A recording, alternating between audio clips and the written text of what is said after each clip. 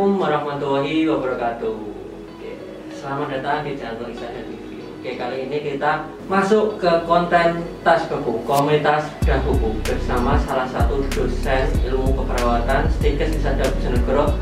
Di samping saya sudah ada Pak Roni Al-Fakih. Gimana Pak kabarnya Pak? Alhamdulillah sehat. Oke, kita kali ini akan membahas seputar dunia kesehatan. Tentunya di sini Pak Roni akan membedah sebuah buku kesehatan berjudul Hidup Bersama COVID-19. Nah, bisa diceritakan Pak, bisa dijelaskan mungkin kepada sahabat Iksada TV, apa bisa kita hidup bersama COVID-19 atau virus corona ini? Ya, terima kasih Mas Afif telah memberikan ruang dan waktu kepada saya untuk membedah salah satu buku ya. Jadi di dalam buku ini ya, jadi dalam buku karangan Ibu Binar Asrini Mulyani et al. Ini membahas tentang bagaimana kita hidup bersama COVID-19. Nah, jadi kita tahu bahwasanya pandemi COVID-19 ini secara masif telah menjadi persoalan kita bersama yang sangat serius ya. Dan ini tidak hanya dilakukan atau apa ya istilahnya dicegah di Indonesia, tapi juga sampai ke seluruh dunia seperti itu. Sehingga di buku ini nanti akan menjelaskan pertama mengenai virus corona, kemudian perbedaan virus COVID dan corona itu sendiri, kemudian nanti dijelaskan juga dalam buku ini tentang upaya pengembangan obat COVID ya, kemudian kan juga ada vaksin juga nanti dalam buku ini. Kemudian yang terakhir adalah tentang rekomendasi bagaimana kita itu hidup berdampingan dengan COVID-19. Nah, pertanyaannya apakah kita bisa? Bisa ya, karena yang namanya apapun itu penyakitnya, itu kita harus bisa berdamai dengan penyakitnya, kemudian beradaptasi dengan penyakitnya ya.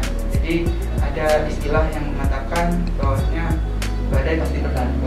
Jadi 2019 kita itu sangat dihebohkan dengan adanya virus corona ini, dan mungkin pada saat ini kita sudah menganggap bahwasanya COVID ini ya seperti virus apa ya, istilahnya flu biasa gitu ya. Iya.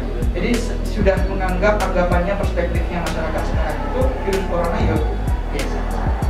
Sehingga kalau pertanyaannya tadi Mas Alif, apakah kita bisa? Pasti bisa. Oke. BTW, virus COVID-19 ini menyerang kita itu ketika akhir tahun 2019. Iya. Iya, ini juga akhir tahun 2021. Nah, saya ingin kembali pada sahabat Iksada TV. Bagi yang belum cuci tangan, silahkan cuci tangan dulu menggunakan sabun maupun hand sanitizer. Jangan lupa untuk selalu pakai masker, jaga jarak, selalu patuhi protokol kesehatan berlaku. Jangan abai ya, karena mungkin sekarang COVID sudah mungkin agak longgar atau gimana, tapi jangan abai. Dan juga yang belum vaksin, ya ingat vaksin di pusat kesehatan terdekat. Oke, ada satu pertanyaan lagi Pak Roni. Ini kenapa kita harus menyesuaikan atau hidup bersama COVID-19? Iya. Yang pertama, kita tidak bisa menghindari pandemi ini atau virus corona ya, karena seperti tadi yang saya sampaikan, tidak hanya di Indonesia yang diserang, tapi juga seluruh dunia. Sehingga penyakit atau virus corona ini pasti akan menyerang setiap individu yang ada di Indonesia maupun di dunia. Artinya adalah virus corona ini bisa menyerang siapa saja ya, termasuk baik mau dari aspek umur ya, dari kecil ya, atau dari anak-anak sampai dewasa pasti. Laki-laki, perempuan pasti juga kena. Apalagi ditambah dengan individu-individu yang memiliki penyakit-penyakit komplikasi gitu ya. Komplikasi. Sehingga ya kita harus hidup berdampingan dengan COVID-19. Oke. Baik. Mungkin sahabat saya sudah penasaran bagaimana bedah buku kita kali ini, sangat menarik. Bagi sahabat TV mungkin sudah masih belum mengerti apa itu COVID-19, Yuk, mari kita simak tas buku kita kali ini. Baik, hari ini saya akan membahas tentang judul buku Hidup Bersama COVID-19 karangan dari Ibu Binar Asrini Diani et al. Cetakan pertama tahun 2020 ya. Baik, pada kesempatan kali ini saya akan sedikit menjelaskan tentang isi buku dari Hidup Bersama COVID-19 ini. Di pendahuluan ada mengenal virus SARS-CoV-19, kemudian juga ada epidemiologi COVID-19 di Indonesia. Kemudian selanjutnya ada penemuan dan pengembangan vaksin dan perspektif ekonomi kesehatan COVID-19 di Indonesia. Dan yang terakhir adalah bagaimana cara hidup bersama COVID-19. Baik, yang pertama saya akan jelaskan tentang mengenal virus SARS-CoV-2 dan Corona 19. Nah, tentunya teman-teman semua tahu bahwasanya COVID-19 ini menyerang saluran pernafasan manusia.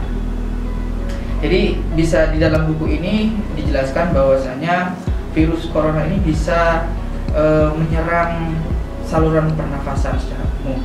Kemudian virus corona ini merupakan patogen utama penyakit infeksi saluran pernafasan yang akut dan kronis, sehingga diberi nama SARS-CoV-2. COVID-19 merupakan jenis virus yang berbeda dengan penyebab SARS di tahun 2003. Gejalanya sama, namun angka kematian SARS itu lebih tinggi dibandingkan dengan COVID-19, walaupun jumlah kasus COVID-19 lebih banyak dibanding SARS. Jadi meskipun di dalam buku ini dijelaskan bahwanya kasusnya lebih banyak COVID-19, tapi angka kematiannya lebih banyak kasus SARS pada tahun 2003.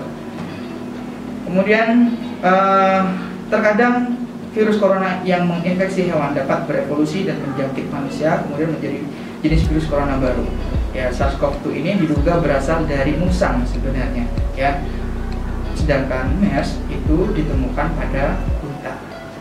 Jadi ada beberapa orang yang beranggapan dari kelelawar, kemudian dari jenis-jenis hewan-hewan yang lainnya. Ternyata virus COVID-19 ini ditemukan dan dijumpai dari musang, seperti itu ya.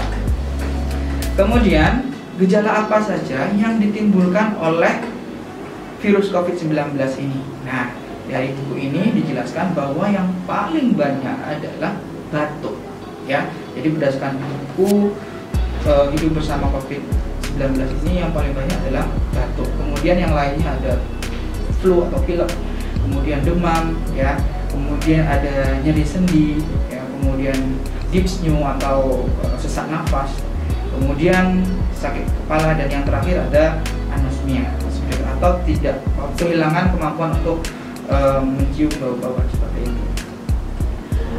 Kemudian selanjutnya di dalam buku ini juga dijelaskan tentang bagaimana respon imun tubuh kita pada infeksi SARS-CoV-2 ini atau COVID-19 ini. Jadi COVID-19 ini ketika masuk ke dalam tubuh manusia akan menyebabkan respon inflamasi pada saluran pernafasan bagian bawah dan menyebabkan kerusakan paru-paru. Nah, biasanya akan mengakibatkan yang namanya ARDS atau Acute Respiratory Distress Syndrome. Ya, jadi ARDS ini merupakan penyebab utama kematian pada kasus COVID-19. Data menunjukkan lebih dari 40% pasien dirawat karena COVID-19 yang kritis mengalami ARDS, jadi 40% ya, dan 50%-nya itu mengalami kematian. Nah, selanjutnya dalam buku ini juga dijelaskan tentang tahapan perkembangan gejala klinis COVID-19. Jadi ada 3 tahapan ya. Tahap pertama itu biasanya ada di hari pertama dan di hari kedua. Hari pertama dan kedua. Jadi di hari pertama dan kedua ini disebut dengan tahap infeksi. Pada tahap ini virus mulai mereplikasikan diri di epitel hidung sehingga dapat dideteksi dengan swab nasal atau biasanya kita kenal dengan swab seperti itu ya. Biasanya kalau kita melakukan pemeriksaan awal, diagnosis awal, kita harus dilakukan swab. Kemudian Yang tahap kedua itu lebih dari 3 hari atau beberapa hari kemudian. Nah, pada saat di hari ketiga atau hari setelahnya itu virus ini mulai berpindah ke saluran nafas bagian bawah dan mulai memicu sistem imun yang ada dalam tubuh kita. Dan yang ketiga adalah tahap ketiga, terjadinya hipoksia, mulai sudah sesak ya, kemudian infiltrate ground glass dan ARDS sampai terjadi kematian kalau tidak tertangani dengan baik, seperti itu. Nah, di dalam buku ini juga disampaikan tentang epidemiologi COVID-19 di Indonesia. Kita tahu bahwasanya Indonesia juga merupakan salah satu negara yang terdampak oleh COVID-19 mulai dari 2019 sampai 2021 sampai sekarang ini. Nah, ternyata di sini ini menyatakan bahwasanya ya, kasus tertinggi pada 2020 sampai 2021 ini berada di puncaknya kemarin ya, tahun 2021 ini di bulan Juni sampai Juli. Itu paling puncaknya kasus COVID yang ada di Indonesia. Nah, selanjutnya kejadian faktor risiko. Nah, di dalam buku ini juga disebutkan kejadian faktor risiko COVID-19. Yang pertama adalah dari aspek usia. Jadi, aspek usia di dalam buku ini disebutkan bahwasanya faktor risiko yang paling tinggi terkena COVID-19 adalah usia lebih dari 80 tahun. Jadi dari faktor usia. Kemudian yang kedua adalah faktor jenis kelamin. Nah, ini menarik ya. Jadi dalam buku ini dijelaskan tentang ternyata laki-laki itu lebih rentan terkena COVID-19 atau terpapar COVID-19. Nah, setelah kejadian ini atau dari faktor jenis kelamin ini, saya berpikir kenapa harus laki-laki kan gitu? Kenapa nggak perempuan lebih banyak? Ternyata di buku ini dijelaskan bahwasanya laki-laki lebih dominan, mobilisasinya lebih tinggi daripada perempuan. Jadi laki-laki itu biasanya kan keluar untuk bekerja, mencari nafkah dan yang lain-lainnya seperti itu. Itu dari aspek jenis kelamin. Kemudian ini di jenis kelamin laki-laki ini ternyata kasusnya ada mencapai 56,5%. Ya, jadi kasus antara laki-laki dan perempuan di dalam buku ini dicatat bahwanya 56,5% kasus terjadi COVID-19. Kemudian yang terakhir adalah kejadian faktor risikonya sampai komplikasinya adalah penyakit penyerta. Jadi penyakit penyerta yang paling banyak menjadi komplikasi, yang pertama adalah penyakit kardiovaskuler. Ya, kemudian yang kedua ada diabetes mellitus, kemudian ada ISPA, yang selanjutnya ada hipertensi, dan yang terakhir adalah kanker. Jadi penyakit-penyakit penyerta ini yang menjadi kejadian faktor risiko pada COVID-19. Artinya bisa memperparah kondisi pasien tersebut seperti itu. Kemudian di dalam buku ini di bab selanjutnya membahas tentang perspektif ekonomi kesehatan COVID-19 di Indonesia. Kita tahu bahwasanya COVID-19 ini dampaknya sangat besar, baik dari aspek ekonomi, dampaknya dari aspek sosial, dampaknya ke lingkungan, bahkan ke dampak yang paling sering kita temukan adalah dampak kesehatan itu sendiri. Nah, di dalam buku ini disampaikan mengenai dampak ekonomi kesehatan yang ada di Indonesia, ya, mulai dari terganggunya kegiatan ekspor impor, yang kemudian penurunan pendapatan di sektor transportasi dan udara, ya, kemudian aktivitas ekonomi di pasar toko dan yang lainnya itu semakin meningkat seperti itu, ya, sehingga hal ini juga akan mempengaruhi siklus kehidupan manusia di masyarakat seperti itu, ya. Kemudian selanjutnya ini bab selanjutnya membahas tentang pengembangan vaksin dan obat terupdate di Indonesia untuk COVID-19. Nah, kita tahu bahwasanya ada beberapa jenis vaksin yang digunakan di Indonesia, ya. Tentunya hal ini disesuaikan dengan kondisi kesehatan tubuh kita sendiri, ya. Sebelum vaksin, kita harus memastikan dulu kondisi kesehatan kita itu fit atau tidak, atau memiliki penyakit-penyakit yang menjadi kontraindikasi dilakukannya vaksin seperti itu. Makanya kita harus melakukan pengecekan terlebih dahulu tentang kesehatan kita. Nah, di sini ada beberapa jenis yang disampaikan di sini, termasuk ada Sinovac, kemudian ada Moderna dan yang lain-lainnya itu yang digunakan di Indonesia. Nah, jadi ada beberapa jenis vaksin ya yang mungkin teman-teman sudah melakukan baik dosis pertama maupun dosis yang kedua atau jenis yang lainnya. Nah, di buku ini ternyata juga dijelaskan selain vaksin ada loh terapi yang menyembuhkan COVID itu sendiri atau obat COVID-19 ini. Ternyata di dalam buku ini disebutkan tentang plasma konvalesen. Nah, mungkin teman-teman tahu ini, pernah dengar tentang plasma konvalesen. Jadi terapi plasma konvalesen ini disebut juga terapi imunoglobulin, ya. Jadi terapi konvalesen ini dapat meningkatkan angka harapan hidup pasien COVID-19, memperpendek lama rawat inap di rumah sakit, dan menurunkan tingkat kematian pasien COVID-19. Nah, ini berdasarkan hasil penelitian dari Chen et al. Pada tahun 2020. Ya, jadi selain vaksin, ternyata ada terapi plasma konvalesen yang bisa menyembuhkan COVID-19. Nah, yang terakhir di dalam bab ini menjelaskan tentang cara hidup bersama COVID-19.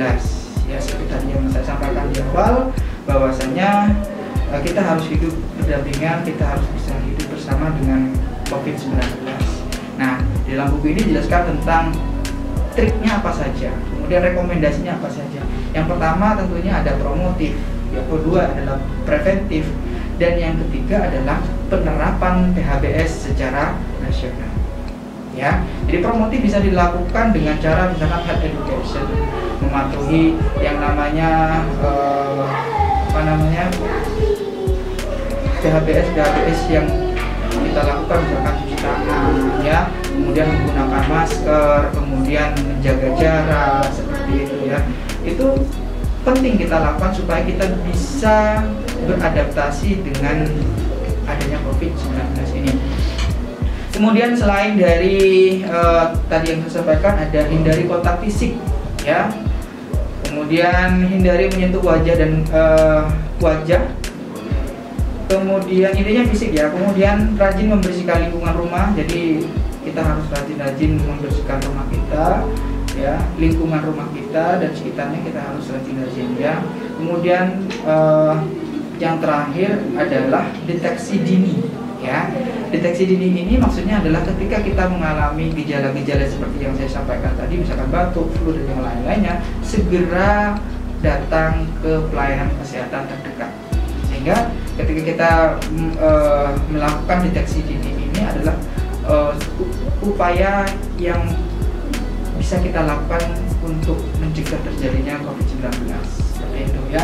Jadi itu adalah trik dan rekomendasi dari buku ini bagaimana cara hidup bersama COVID-19 ya. Tentunya yang paling penting adalah kita harus mematuhi protokol kesehatan, kemudian menjaga perilaku hidup bersih dan sehat kita, baik dari skala individu, keluarga, bahkan sampai skala nasional. Jadi itu merupakan rekomendasi dari buku ini bagaimana cara kita hidup bersama COVID-19. Dan yang terakhir adalah kita harus mampu mengelola stres kita, ya. Jadi kalau kita stres menghadapi kondisi pandemi ini, maka akan muncul yang namanya pikiran-pikiran negatif, sehingga itu akan juga mempengaruhi kondisi kesehatan kita nanti. Ya, jadi itu pembahasan tentang buku ini, Hidup Bersama COVID-19. Tadi sudah banyak saya sampaikan mengenai isi dari buku ini, ya. Semoga kita semua bisa hidup bersama, hidup berdampingan, dan bisa beradaptasi dengan COVID-19. Ya, baik, itu yang bisa saya sampaikan. Terima kasih. Saya akhiri. Assalamualaikum warahmatullahi wabarakatuh. Oke, sekian tas buku kita kali ini bersama Pak Roni Al-Fakih. Terima kasih Pak sudah mengisi buku kita kali ini. Oke, bagi sahabat Sudah TV mungkin yang ingin mengikuti tas buku kita, ingin membedah sebuah buku apapun bukunya, maupun buku kesehatan, novel, atau macam-macam literatur lainnya, silahkan komen di kolom komentar di bawah, silahkan. Oke, bagi ada yang ingin masukan atau mungkin ada yang ditanyakan terkait buku yang dibedah oleh Pak Roni, silahkan komentar di kolom komentar di bawah. Oke, jangan lupa like, komen, dan subscribe di channel Iksada TV. Terima kasih dari saya. Kurang lebihnya saya mohon maaf. Wassalamualaikum warahmatullahi wabarakatuh.